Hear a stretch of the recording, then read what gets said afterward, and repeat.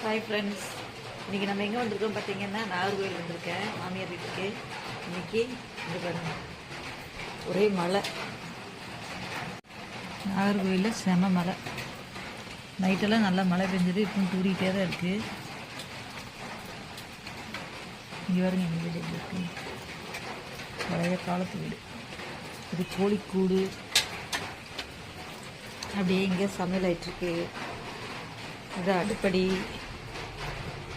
இது வந்து குழம்பு ரெடி ஆகிடுச்சு.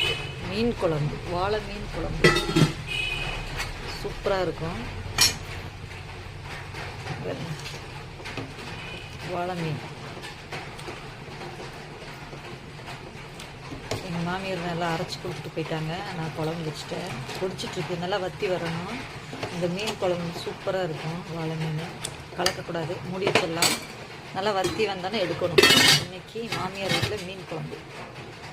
இந்த பக்கம் டீ போட்டிருக்கேன், டீ கொதிச்சிட்ருக்கு. அப்புறம் இது வந்து வாழை மீன் வந்து மசாலா போட்டு வச்சுருக்கேன். கொஞ்சம் மிளகாத்தூள், மஞ்சத்தூள் இதெல்லாம் போட்டு, கொஞ்சம் சிக்கன் மசாலா இதெல்லாம் போட்டு வச்சுருக்கேன். இதை நாம் இப்போ பொரிச்சு எடுக்க போகிறோம். நம்ம வீட்டில் இதுதான் சமையல்.